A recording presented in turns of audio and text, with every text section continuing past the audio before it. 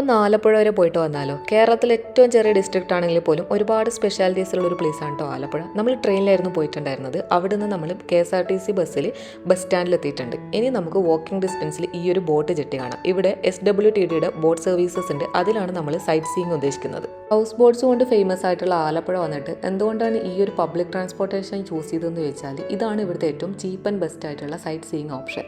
60 rupees per person ആണ് ഇതിൻ്റെ 1 side rate വരുന്നത്. ഞങ്ങൾ 2 സൈഡാണ് പോയിട്ടുണ്ടായിരുന്നത്. ഓൾമോസ്റ്റ് ഒരു 2.5 hours നല്ല രീതിക്ക് എൻജോയ് ചെയ്യാൻ പറ്റിയിട്ടുണ്ടായിരുന്ന ഒരു റൈഡായിരുന്നു.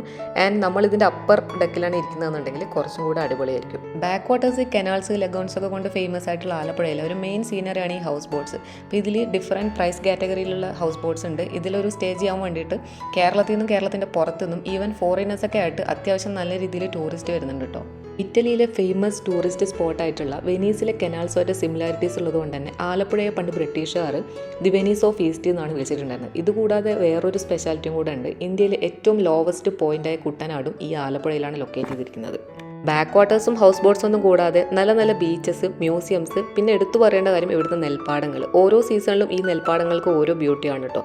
പിന്നെ ഇവിടുത്തെ ഫുഡ്, നല്ല വെറൈറ്റീസ് ഓഫ് സീ ഫുഡ് കിട്ടുന്ന ഒരു ലൊക്കേഷനും കൂടാണ് ഈ ആലപ്പുഴ എന്ന് പറയുന്നത്. And the best part is കായലിലുള്ള ഈ ഒരു സൺസെറ്റ്. ഇവിടെ വരികയാണെന്നുണ്ടെങ്കിൽ ഒരിക്കലും മിസ് ചെയ്യാൻ പാടില്ലാത്ത ഒരു സീനാണ് കേട്ടോ ഇത്.